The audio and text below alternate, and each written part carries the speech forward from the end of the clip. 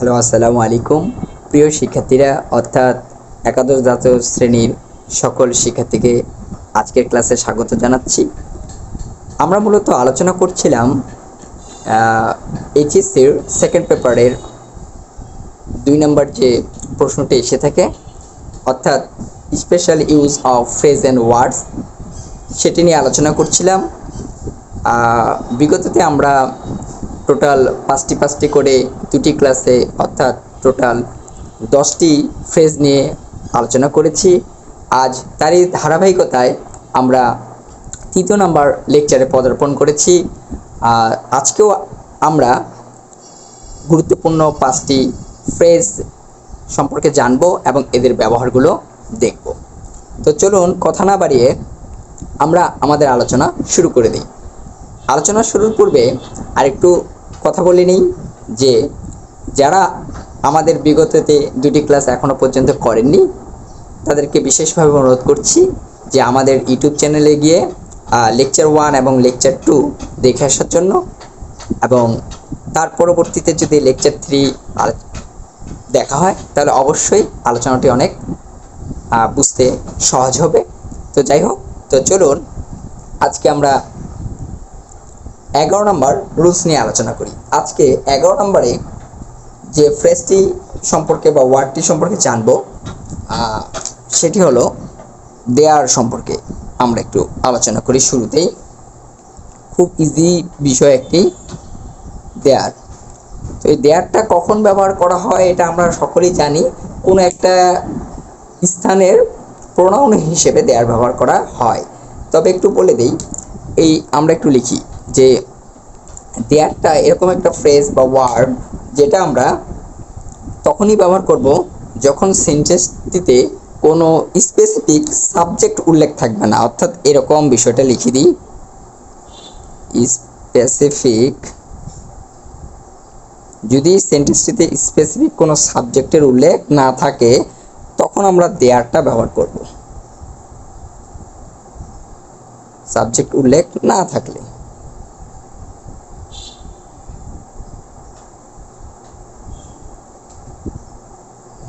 আমরা কি দেয়ারটা ব্যবহার করব। ওকে, আর একটু বলে দেই, এই দেয়ারটা মূলত ইন্ট্রোডাক্টরি একটা প্রোনাউন হিসেবে বাক্যে ব্যবহৃত হয় এবং এই দেয়ারের পরে সাধারণত বি ভার্ব বসে। কি বসে? এই দেয়ারের পরবর্তীতে যদি আমি একটু স্ট্রাকচারটা বলি, স্ট্রাকচার বা একটা শর্টকাট যদি বলি,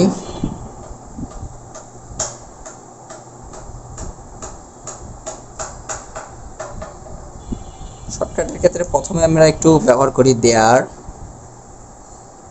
এবং এই দেয়ারের পরে সাধারণত বি ভার্ব বসে। সবসময় না, কিন্তু ম্যাক্সিমাম সময় কি বসবে? বি ভার্বের ব্যবহার হয়। কি ভার্ব? Be verb. এখন বি ভার্ব কোনগুলো? আমরা তো জানি am, is, are, was, were, be, been, being, এগুলো হলো আমাদের বি ভার্ব। এগুলো সাধারণত ব্যবহার করা হয়। তবে বি ভার্বগুলোর ব্যবহারের ক্ষেত্রে একটি নিয়ম আছে। যদি বি ভার্বের পরে একটি সাবজেক্ট থাকবে, যদি সাবজেক্ট একটু লিখেও দেই, বি ভার্বের পরে একটি সাবজেক্টের উল্লেখ থাকে, যদি সাবজেক্টটি সিঙ্গুলার হয় তাহলে বি ভার্বটি হবে সিঙ্গুলার। সাবজেক্টটি যদি প্লুরাল হয় তাহলে বি ভার্বটাও নিতে হবে প্লুরাল। কথা ক্লিয়ার? আর এটার একটা কথা বলা হলো, দ্বিতীয় একটু বলি, দেয়ারের পরে যে সর্বদাই বি ভার্ব থাকবে সেটা নাও থাকতে পারে। বি ভার্ব না থেকে একটি ভার্ব সাধারণত খুবই ব্যবহৃত হয়, সেটা হলো লিভ। অর্থাৎ দেয়ারের পরে সাধারণত লিভ ভার্বটি ব্যবহার করা হয়ে থাকে, দেয়ার লিভ। ওকে, এরপরে আরও এক্সট্রা কিছু থাকবে। তাহলে আমরা যেটি জানতে পারলাম যে দেয়ারের পরে সাধারণত বি ভার্ব ব্যবহার হবে, নয়তো বা দেয়ারের পরে লিভ এই ভার্বটি উল্লেখ থাকবে। আজান দিচ্ছে, আমরা একটু কিছুক্ষণের জন্য একটু বিরতি নিচ্ছি, একটু সামান্য। জি, আজান শেষ হয়েছে। তো তাহলে এরপর যেটা বলছিলাম যে দেয়ার হলো তখনই ব্যবহার করা হয় একটি সেন্টেন্সে সাবজেক্ট হিসেবে ব্যবহার করা হয়ে থাকে যখন স্পেসিফিক সাবজেক্টের উল্লেখ থাকে না, অর্থাৎ এটি একটি ইন্ট্রোডাক্টরি প্রোনাউন হিসেবে ব্যবহৃত হয় এবং দেয়ারের পরে সাধারণত বি ভার্বের উল্লেখ থাকে। বি ভার্ব না থাকলে সাধারণত দেয়ারের পর লিপ্ত প্রচুর পরিমাণে এই ভার্বটি ব্যবহার করা হয়ে থাকে। আর বি ভার্বের পরে যে সাবজেক্ট হবে সে সাবজেক্টটা যদি সিঙ্গুলার হয় সে অনুযায়ী বি ভার্বটিও হবে সিঙ্গুলার, সাবজেক্টটি যদি প্লুরাল হয় তাহলে বি ভার্বটিও হবে প্লুরাল। তো ইতিমধ্যে আমি কিছু এক্সাম্পল লিখে ফেলেছি প্রিয় শিক্ষার্থীরা আপনাদের সুবিধার জন্যে। তো আমরা দেখি প্রথম যে এক্সাম্পলটা নিয়েছি, ফর এক্সাম্পল এখানে একটি ফিল ইন দ্য গ্যাপ রয়েছে এবং এরপরে রয়েছে আর। দেখুন তো এই আরটি কি, অবশ্যই এটি কি একটি বি ভার্ব, আর হলো একটি বি ভার্ব, খুব ভালো কথা। দেয়ার আর ম্যাঙ্গো ট্রিজ, তাহলে একটু দেখি আমের গাছ, ট্রিজ মানে অনেকগুলো গাছ, তাহলে এটা প্লুরাল, সাবজেক্টটি হলো প্লুরাল কারণ অনেকগুলো গাছের কথা উল্লেখ রয়েছে, এই জন্য ভার্বটিও কি হয়ে গেছে, বি ভার্বটি হয়েছে আমাদের প্লুরাল। ভালো কথা। অ্যারাউন্ড আওয়ার হোম, অর্থাৎ আমাদের বাসায় কি হয়েছে, বাসার চারদিকে কি অনেক আমের গাছ রয়েছে, অনেক আমের গাছ। তাহলে এখানে ইন্ট্রোডাক্টরি প্রোনাউন হিসেবে এই ফিল ইন দ্য গ্যাপে কি ব্যবহার করব আমরা, অবশ্যই দেয়ার ব্যবহার করব। তাহলে এখানে ইন্ট্রোডাক্টরি প্রোনাউন হিসেবে কি হবে, দেয়ার। তাহলে there are many mango trees around our home, এখানে আমাদের বাসার চারপাশে কি আছে, অনেক আমের গাছ রয়েছে। কথা ক্লিয়ার? হ্যাঁ, পুরো ফ্রেমটা আসতেছে? ওকে, মেবি আসছে। তাহলে এটা বুঝেছি। পরের এক্সাম্পলটা আমরা একটু দেখি। ডিউরিং দ্য লিবারেশন, ডিউরিং মানে হলো সেই সময় যখন আমাদের যুদ্ধ চলতেছিল। দেখি during the liberation war of Bangladesh, বাংলাদেশে মুক্তিযুদ্ধ চলাকালীন সময় কি হয়েছে, এখানে আগে আমরা দিয়ে দিই দেয়ার ওয়াজ, যত দেয়ার হবে আমরা দিচ্ছি, পরে ব্যাখ্যা করতেছি। আচ্ছা, there was a great American singer George Harrison, আপনারা অনেকে নাম শুনেছেন জর্জ হ্যারিসনের, তিনি বাংলাদেশের হয়ে গান গেয়েছিলেন। George Harrison who sang for Bangladesh, তিনি বাংলাদেশের জন্য গান গেয়েছেন।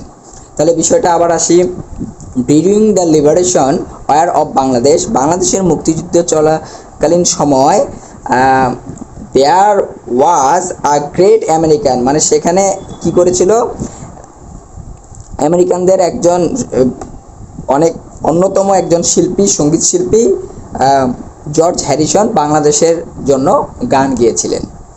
ওকে, এখানে বি ভার্বের উল্লেখ রয়েছে। আর ইন্ট্রোডাক্টরি প্রোনাউন হিসেবে আমাদের এখানে কি, যেহেতু এখানে কোনো সাবজেক্টের উল্লেখ নেই তাহলে এখানে কি হলো, দেয়ার ফেসটি সুন্দর করে ব্যবহৃত হয়ে গেল, যে সেখানে আমেরিকান একজন সঙ্গীত শিল্পী জর্জ হ্যারিসন বাংলাদেশের হয়ে গান গেয়েছিলেন। ওকে, পরের এক্সাম্পলগুলো একটু দেখি, পরে নিচের দিকে আমরা চলে আসি। এখানে আছে, এখানে লিভ ভার্বটির কথা উল্লেখ আছে এবং সামনে সাবজেক্টের কোনো উল্লেখ নেই, প্রথমেই ফিল ইন দ্য গ্যাপ, তাহলে অবশ্যই আমরা কি বলে ফেলতে পারি, এখানে দেয়ার ব্যবহার করে ফেলতে পারি, যে কি there lived a very clever fox in a jungle, অর্থাৎ এই জঙ্গলে একটা খুব চালাক শিয়াল বাস করত। পরেরটা দেখি। দেখেন আবারও এখানে একটি বি ভার্ব রয়েছে এবং বি ভার্বের উল্লেখ রয়েছে আর সাবজেক্টের কোনো উল্লেখ নেই, তাহলে কোনো একটা স্থান বোঝাতে আমরা কি ব্যবহার করতেছি, ইন্ট্রোডাক্টরি প্রোনাউন হিসেবে দেয়ার ব্যবহার করলাম। There is no fish in the pond, এই পুকুরে কোনো মাছ নেই, মানে একটা পুকুরকে দেখিয়ে বলা হচ্ছে এই পুকুরে কোনো মাছ নেই। তাহলে আশা করি দেয়ারের ব্যবহারটা কিন্তু আমরা বুঝে ফেলেছি, যে এটা যে কোনো বাক্যের যখন সাবজেক্ট উল্লেখ থাকে না তখন সাবজেক্টের পরিবর্তে আমরা ইন্ট্রোডাক্টরি প্রোনাউন হিসেবে দেয়ার বসাতে পারি, এবং এই দেয়ার অর্থাৎ এখানে বা কোনো একটা স্থানের পরিবর্তে বসতেছে, খুব ভালো কথা। এবং এর পরবর্তীতে সাধারণত বি ভার্বের উল্লেখ থাকবে, যদি বি ভার্বের উল্লেখ না থাকে তাহলে অবশ্যই কি থাকবে, লিফট এই ভার্বটি ব্যবহৃত হবে। তাহলে আশা করি দেয়ারের নিয়মটা আপনারা সকলে বুঝতে পেরেছেন। তাহলে চলুন আমরা পরের ফ্রেজটিতে চলে যাই। আর আমি আবারও বলছি, কারোর যদি কোথাও বুঝতে অসুবিধা হয় বা কোনো প্রকারের জিজ্ঞাসা থাকে তাহলে অবশ্যই আমাদের কমেন্ট বক্সে কমেন্ট করবেন, কমেন্ট করে জানাবেন, আমরা পরবর্তীতে সেটা আবার আলোচনা করার চেষ্টা করব। তো চলুন আমরা পরের ফ্রেজটি নিয়ে আলোচনা করি। তো আমরা 12 নম্বরে যে ফ্রেজটি বা ওয়ার্ডটি জানবো সেটি সকলের খুবই পরিচিত, একদম একদম দেয়ারের ঠিক কাছাকাছি বিষয়টা নেব, সেটা হলো আমরা ইট নিয়ে আলোচনা করব। কি নিয়ে? ইট। আমরা সকলেই জানি ইট মানে ইহা বা এটা। লিখে ফেলি একটু অর্থটা। এটার মানে হলো ইহা অথবা এটা। কোনো একটি বিষয়বস্তুকে নির্দেশ করার ক্ষেত্রে আমরা ইট শব্দটি ব্যবহার করে থাকি। এটিও একটি প্রোনাউন। সাধারণত এটি বিষয়বস্তুর ক্ষেত্রে প্রোনাউন হিসেবে ব্যবহৃত হয়। তো এটার স্ট্রাকচার যদি আমরা একটু বলতে চাই, সুন্দর করে যদি একটু বলি, তাহলে প্রথমে 1 নম্বরে বলি ইট, এবং ইটের পরে আমাদের ভার্ব হবে, এবং সে ভার্বটা সিঙ্গুলার হবে না প্লুরাল হবে সেটার ক্ষেত্রে একটু বলে দিই। ইটের পরে সাধারণত ভার্বটা, এরপরে যে ভার্বটা হবে সে ভার্বটা হবে সিঙ্গুলার।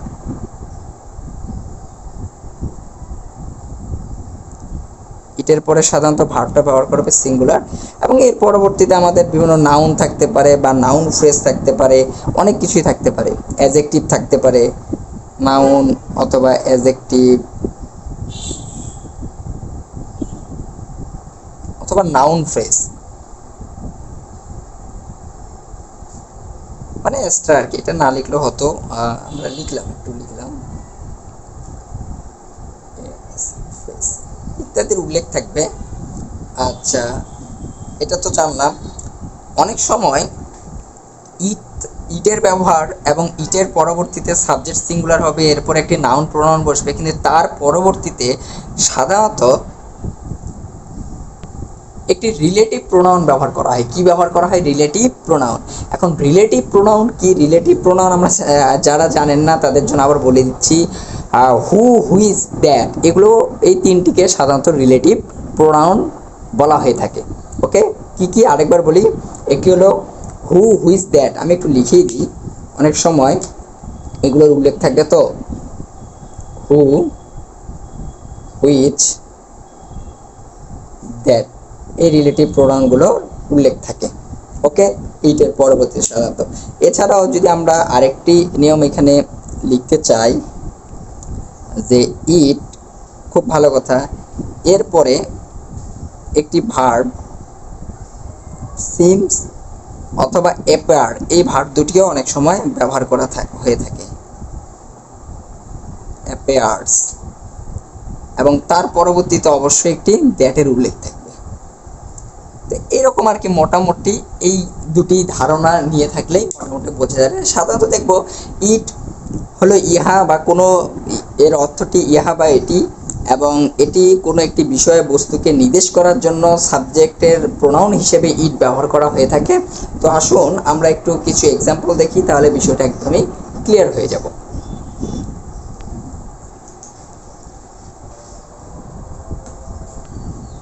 তাহলে আমরা এখানে একটু দেখি প্রথম এক্সাম্পলটা কি নিলাম।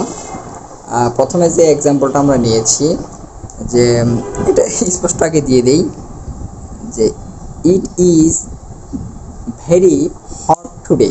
আজ অনেক কি গরম, আজকের দিনটা অনেক গরম, মানে আজ অনেক গরম পড়েছে। Load shedding is aggravating the situation. Load shedding এই অবস্থাটাকে কি করেছে? এগ্রিভেটিং মানে হলো বিরক্তিকর করে তোলা। মানে এই লোডশেডিংটা আবার কি, আজকে যেহেতু গরম পড়েছে, আবার এর মাঝে আবার লোডশেডিং হয়েছে, এটা আমাদের কিসের কারণ? একটা বিরক্তিকর অবস্থা সৃষ্টি করেছে। তাহলে এখানে এই সামগ্রিক বিষয়টা বোঝার জন্য আমরা এখানে কি করেছি? প্রণয় হিসেবে ইট ব্যবহার করেছি বিষয়টিকে বোঝার জন্য, যে it is very hot today. আজ বা এটা, আজকের দিনটা অনেক গরম।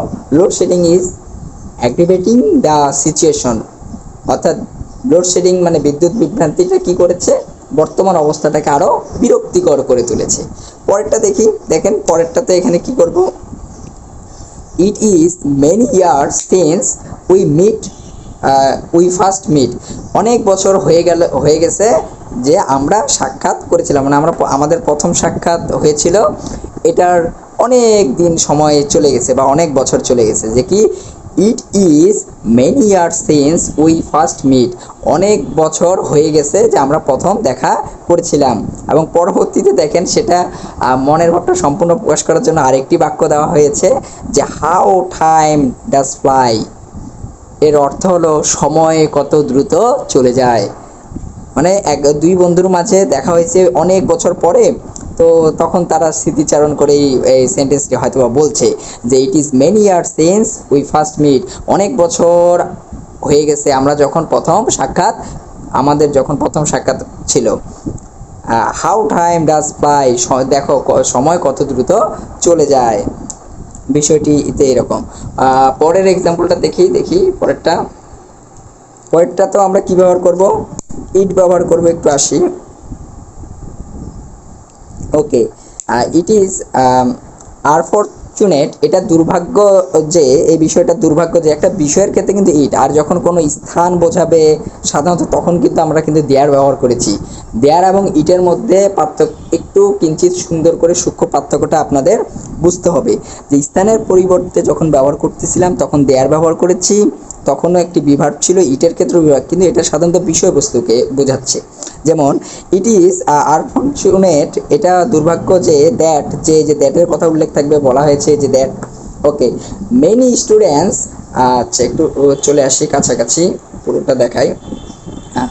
Many students spoiled their time by using Facebook, এটা দুঃখের বিষয় যে অধিকাংশ স্টুডেন্ট বা অনেক স্টুডেন্ট তাদের সময় কিভাবে ব্যয় করে, ফেসবুক চালিয়ে তাদের সময়টাকে ব্যয় করে বা নষ্ট করে আমরা বলতে পারি। আসলে এটা দুঃখের বিষয়, আপনারা তাই করেন কি না? এটা করা যাবে না। আপনাদের সময়ের মূল্য আছে, স্টুডেন্ট লাইফে পড়াশোনার পারপাসে সময় ব্যয় করতে হবে, অযথা ফেসবুক চালিয়ে সময় নষ্ট করা উচিত না। সেটাই কিন্তু এখানে বলে ফেললো যে ইট ইজ আনফরচুনেট দ্যাট, এটা দুর্ভাগ্যজনক যে many students spoiled their time by using Facebook, অনেক স্টুডেন্ট তাদের সময়টা কী করে, ফেসবুক ব্যবহার করে অতিবাহিত করে। এটা করবেন না। তো আশা করি ইটের ব্যবহারটা সকলে বুঝে গেছেন, আর বেশি উদাহরণ দেওয়ার দরকার নেই। তাহলে ইট এবং দেয়ার কিছুটা কাছাকাছি হলেও দেয়ারটা সাধারণত স্থানের ক্ষেত্রে ব্যবহার করা হবে, যখন একটা স্থানের পরিবর্তন ব্যবহার করা, ইট হলো বিষয়বস্তুর ক্ষেত্রে। আশা করি সূক্ষ্ম পার্থক্য দুটোই যদিও ইন্ট্রোডাক্টরি প্রোনাউনের হিসেব কাজ করে। তো চলো আমরা নেক্সট 13 নম্বর ফ্রেজটিতে চলে যাই। এবার আমরা 13 নম্বর যে ফ্রেজটি নিয়ে কাজ করব, এটি খুবই ইম্পর্টেন্ট একটি ফ্রেজ, সেটি হলো উড ইউ মাইন্ড।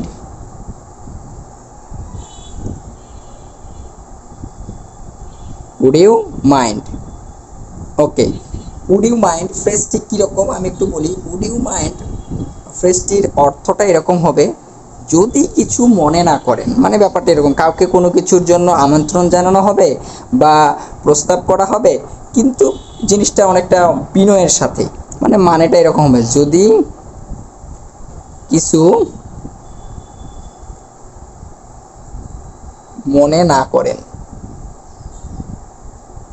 এরকম বিষয়টা। অর্থাৎ কাউকে কোনো কিছু সম্পর্কে প্রস্তাবনা বোঝাবে, কিন্তু সেটা হবে বিনয়ের সাথে, যে কিছু যদি না মনে করেন একটা কথা বলতে পারি, এই যে এরকম বিষয়টা। যদি কিছু না মনে করেন চলুন এক জায়গায় বসি, ঠিক আছে, এরকম। যদি কিছু না মনে করেন আপনার ফোন নাম্বারটা একটু দেবেন, এই ধরনের বিষয়গুলোর ক্ষেত্রে কি উড ইউ মাইন্ড ব্যবহার করা হয়ে থাকে। অর্থাৎ যদি কিছু মনে না করেন, এরকম সাধারণত অর্থ দিবে, কিন্তু এটা কী হবে, বিনয়ের সাথে, বিষয়টা হবে বিনয়ের সাথে বলতে হবে।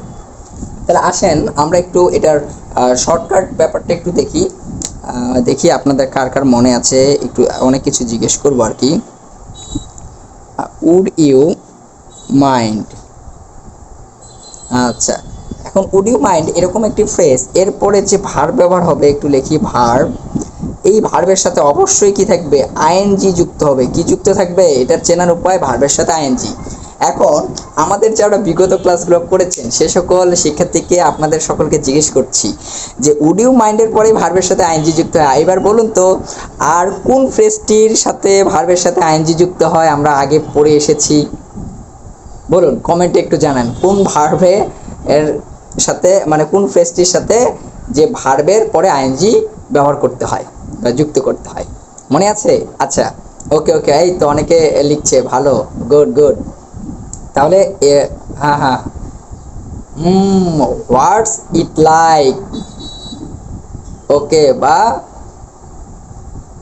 হ্যাঁ হ্যাঁ, গুড, এই যে মনে পড়েছে সকলের। হোয়াটস ইজ লাইক বা হোয়াট ইজ ইট লাইক, এরকম, তাই তো? ফ্রেজটি এরকম ছিল কি না, মনে আছে? ফ্রেজটি কি ছিল? হোয়াটস ইট লাইক অথবা হোয়াট ইজ ইট লাইক, এরপরে সাধারণত ভার্বের সাথে আইএনজি যুক্ত হয়, এবং হোয়াট ইজ ইট লাইক বা হোয়াটস ইট লাইক এটি সাধারণত এক ধরনের অনুভূতি বোঝানোর ক্ষেত্রে ব্যবহার করতে হতো। অনুভূতিটা কি ছিল? কেমন হয়, চলো কেমন হয়, আকাশে উঠলে কেমন হয়, বা এরকম, আমি কখনো পাহাড় দেখি নাই, পাহাড় দেখলে কেমন হয়, এরকম, নদীতে সাঁতার কাটলে কেমন হয়, চলো সাঁতার কাটি, মানে এই বিষয়গুলো। আর উড ইউ মাইন্ড বোঝাবে যদি কিছু মনে না করে, মানে বিনয়ের সাথে একটা প্রস্তাবনা বোঝাবে। তো চলুন আমরা এক্সাম্পল দেখলে বিষয়টা আরও ক্লিয়ার হতে পারবো।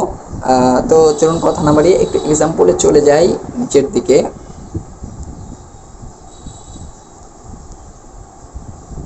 ওকে ওকে, হ্যাঁ, ক্যামেরা পজিশন গুড। এখন দেখি, যেমন বাংলায় একটু লিখি যে ইট ইজ, একটা লিখি, ইট ইজ রেইনিং,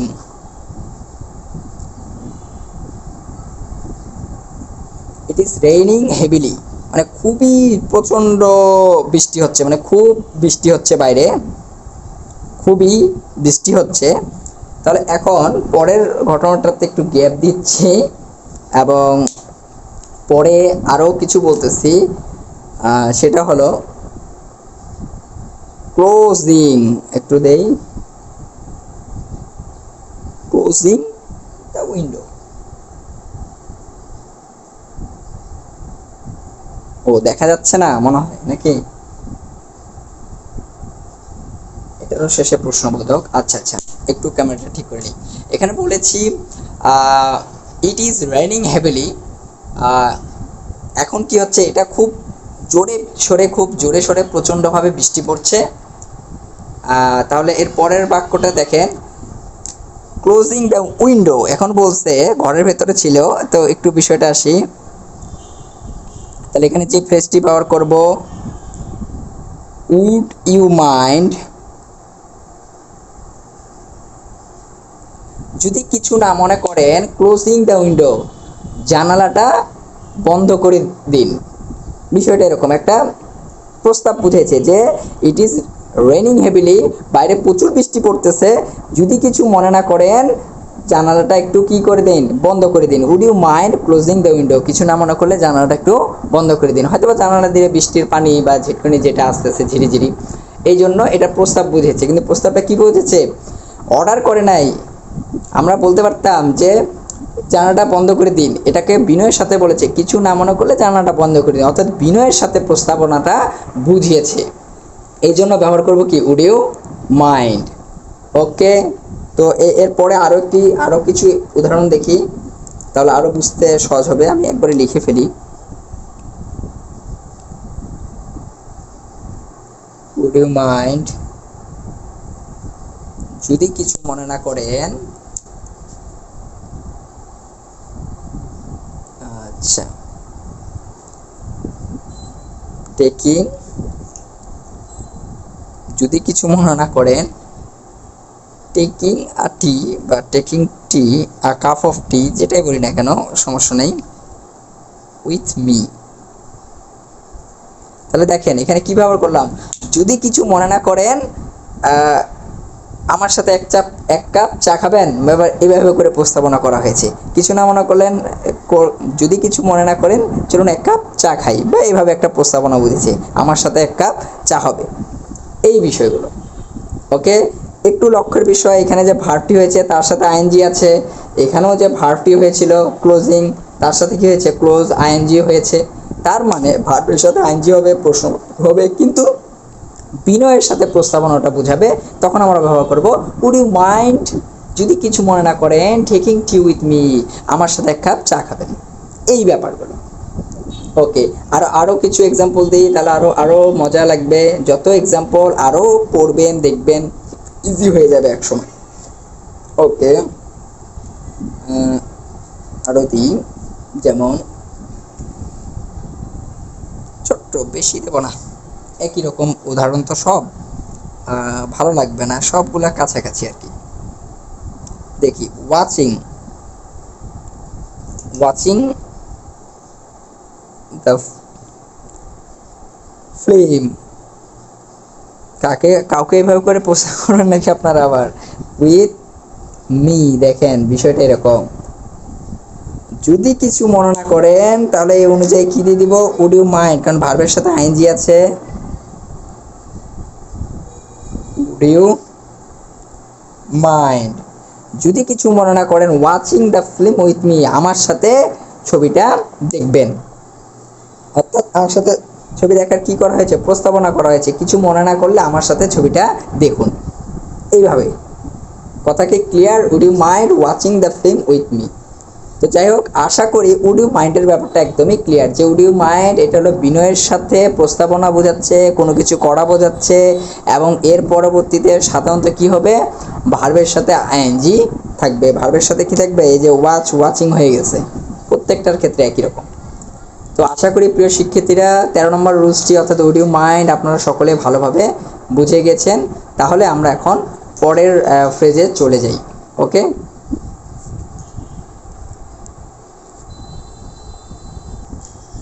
তাহলে এবার আমরা দেখতে দেখতে 14 নাম্বার রুলসে চলে এসেছি। আমরা 14 রুলসে যে ওয়ার্ডটি বা ফ্রেজটি নিয়ে আলোচনা করব সেটি হলো হোয়াট ইফ। হোয়াট ইফ কি নিয়ে আলোচনা করবো? হোয়াট ইফ নিয়ে আলোচনা করব। তো হোয়াট ইফ এটি কি, এটিরও একটু অর্থটা এরকম দিয়ে, অর্থটা এরকম যে যদি, অনেক কিছু হতে পারে কোনো একটা বিষয়, এমনটি হয়, যদি এমনটি হয়, একটু ভালো করে লিখি, যদি এমনটি হয় তাহলে কি, এবং শেষে অবশ্যই প্রশ্নবোধক বিষয়টা এরকম যে এটার মানেটা কি হবে, যদি এমনটি হয় তাহলে কি, এই ধরনের। আসুন আমরা এক্সাম্পল দেখলে আরো বুঝতে সহজ হবে। তো আমরা একটু এটার শর্টকাট একটা মেথড একটু দেখি। শর্টকাট বলতে ইংরেজিতে কিভাবে চিনবো। আচ্ছা, হোয়াট ইফ, ভালো কথা, এই ফ্রেজটি থাকবে এবং এরপরে সাধারণত যে বাক্যটি থাকবে সেটি হবে অ্যাসার্টিভ বাক্য, সেন্টেন্স। কি সেন্টেন্সের কথা উল্লেখ থাকবে? অ্যাসার্টিভ।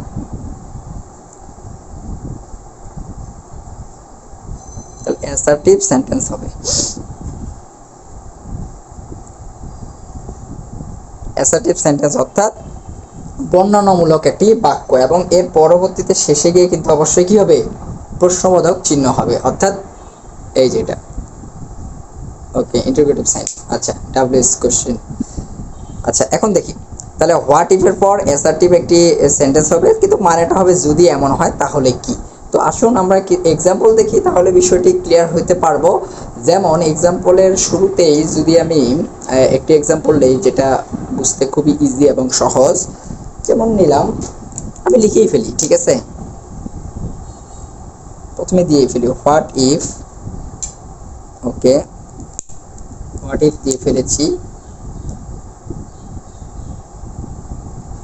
বানিয়ে কি দিব, একটা সেন্টেন্স দিই, হোয়াট ইফ যদি এমনটি হয়। আচ্ছা, এই যে ধরলাম যে আগামীকাল পৃথিবীটা আমাদের নষ্ট, ধ্বংস হয়ে যাবে, পৃথিবীর শেষ দিন, লাস্ট ডে, তাহলে দ্য ওয়ার্ল্ড এন্ডস টুমোরো।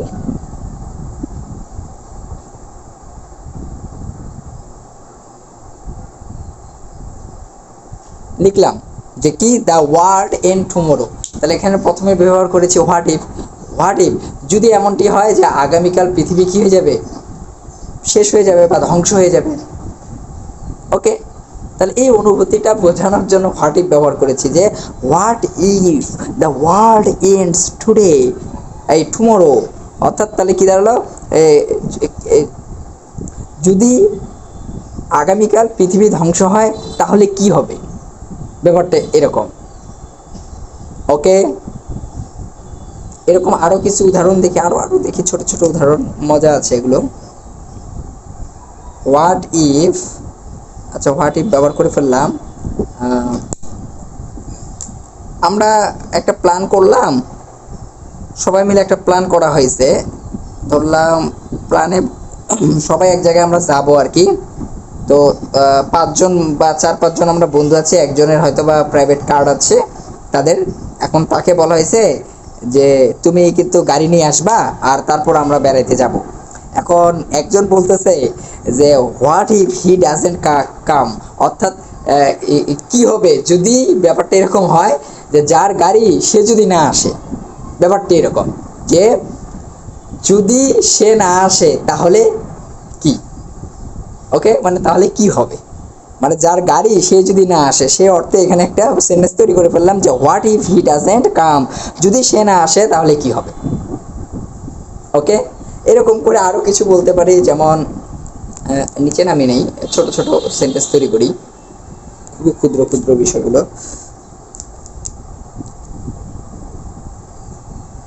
3 নম্বর দেই,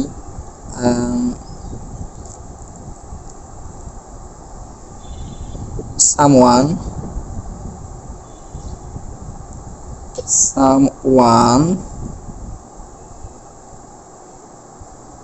saw me, আসতেছি, একবারে লিখে নিই তারপরে একবারে বলবো।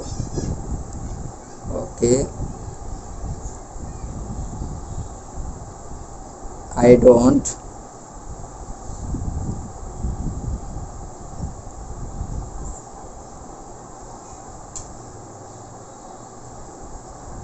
লিখলাম, দেখেন লিখা বা যেভাবে হোক একটু দেখি। সামওয়ান সমি, আচ্ছা মনে করেন বাসা থেকে না বলে কেউ কোথাও বেড়াইতে গেছে, ঠিক আছে, ব্যাপারটা এরকম। তখন ব্যাপারটা এরকম হচ্ছে হোয়াট ইফ সামওয়ান সমি, কেমন হবে, মানে যদি কেউ আমাকে দেখে ফেলে তাহলে কি হবে, ব্যাপারটা এরকম। যদি কেউ আমাকে দেখে ফেলে তাহলে কি হবে, মানে সে তো বাসায় জানায় নাই, না জানায় সে কোথাও বেড়াইতে গেছে, বা হয়তো বা এরকম কলেজ ফাঁকি দিয়ে সে কেউ কোথাও চলে গিয়েছে। এবং তার মনে একটি চিন্তার বিষয় যে আমাকে যদি কেউ দেখে ফেলে তাহলে কি হবে, what if someone saw me. Okay, এই অর্থে এগুলো ব্যবহার হচ্ছে। তারপরেরটা দেখেন, মনে করেন আমাদের স্যাররা ব্যবহারিক খাতা, আপনারা তো পরিচয় করেন, দেখবেন কয়েকদিন পর আপনারা ব্যবহারিক করবেন, তখন স্যাররা বলবে কালকের মধ্যে খাতা যদি না নিয়ে আসো তাহলে কিন্তু আমি সাইন করব না। স্যাররা কিন্তু এরকম কিছু হুমকি দামকি আপনাদেরকে দেবে অবশ্য, এগুলো সম্পূর্ণ ভুয়া, স্যাররা এটা বলে থাকে কিন্তু আসলে সাইন পরেও দেয়। তো যাই হোক, মনে করেন আপনাদেরকে বললো যে আগামীকালের মধ্যে যদি ব্যবহারিক খাতা যারা কমপ্লিট অ্যাসাইনমেন্ট কমপ্লিট না করবে তাদেরকে সাইন করা হবে না।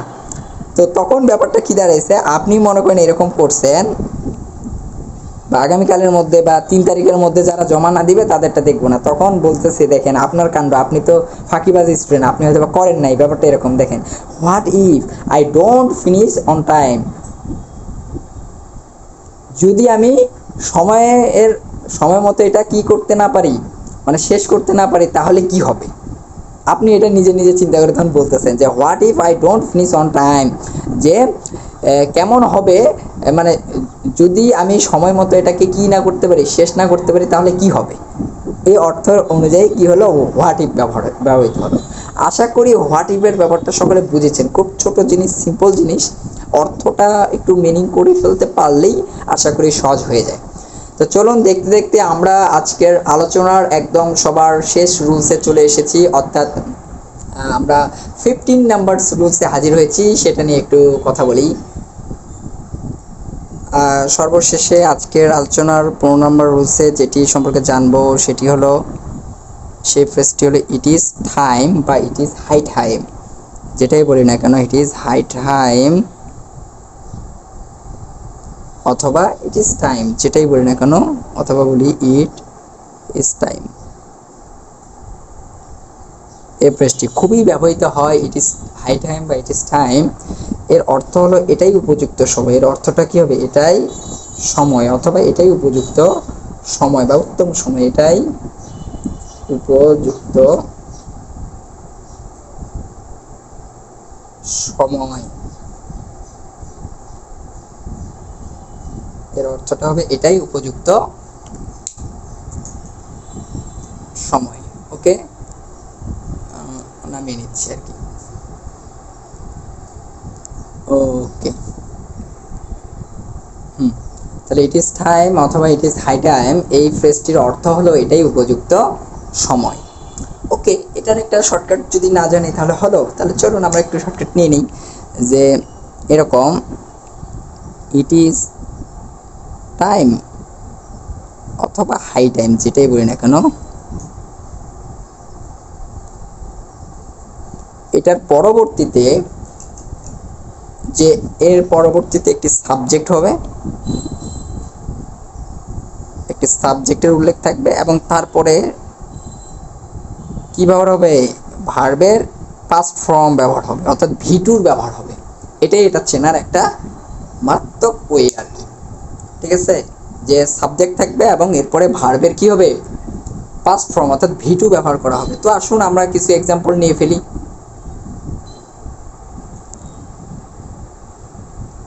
ওকে,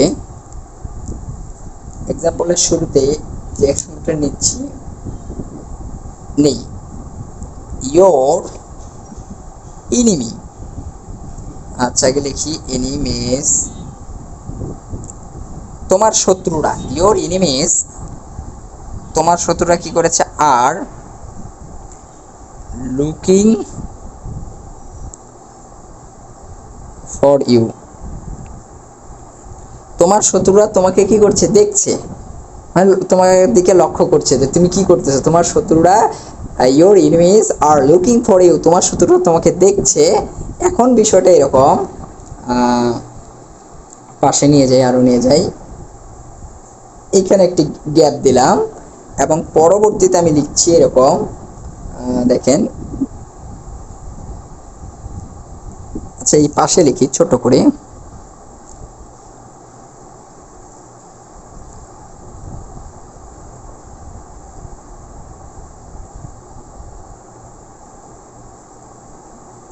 ওকে, এখানেও গ্যাপটা দিচ্ছি না, গ্যাপটা দিচ্ছি এই জায়গায়। ওকে, তাহলে আপনাদের সুবিধা, your enemies are looking for you, তোমার শত্রুরা তোমাকে দেখছে।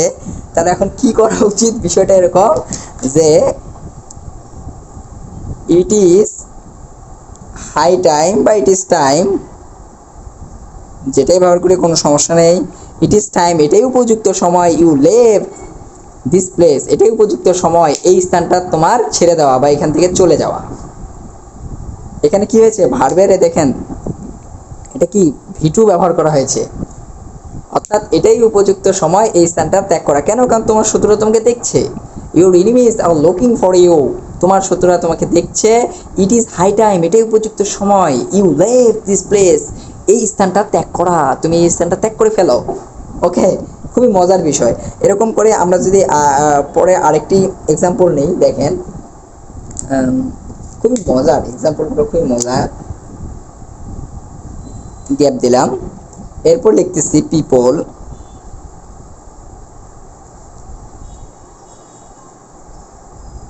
Stopped,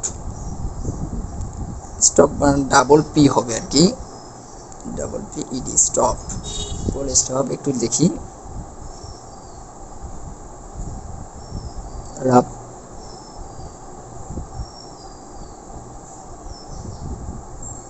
corruption, okay, from society।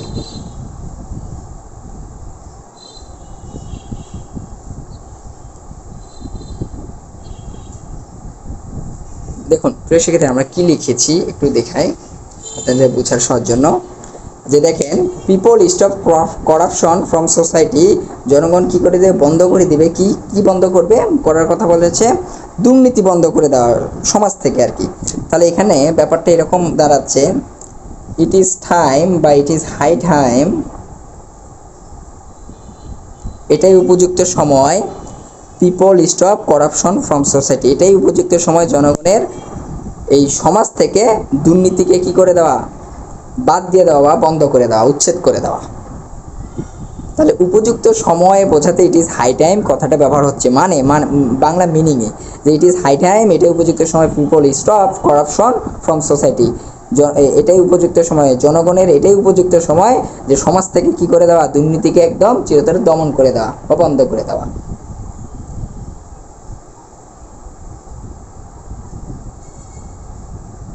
ওকে, না বুঝে যায়নি। আমি আরো যদি এক্সাম্পল দিতে চাই, অনেক বানিয়ে বানিয়ে অনেক রকম এক্সাম্পল দেওয়া যায়, যে নো বডি লাইকস ইউ, কেউ তোমাকে পছন্দ করে না। তাহলে ইট ইজ হাই টাইম, বা এটাই উপযুক্ত সময়, বা it is time you left this place, তোমার অবশ্যই এই স্থান থেকে চলে যাওয়া উচিত, ব্যাপারটা এরকম। এটাই উপযুক্ত সময় এই স্থান থেকে চলে যাওয়া। বা আরেকটি এক্সাম্পল দিই, যেমন এটা দিচ্ছি, ইটস 10:30, মানে এটা কি হয়ে গেছে, 10:30 বেজে গেছে, ঠিক আছে। অ্যান্ড 10:30 পর্যন্ত কে ঘুমায়?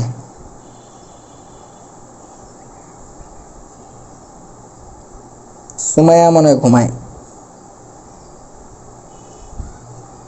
আচ্ছা, লিখলাম সুমাইয়া ইজ স্টিল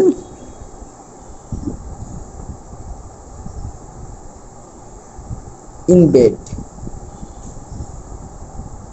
যে কি হয়ে গেছে, 10:30 বেজে গেছে, সুমাইয়া এখনো কি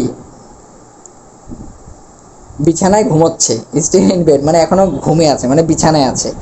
তার পরবর্তীতে তাহলে আমরা বলতে পারি এরকম, ইট ইজ হাই টাইম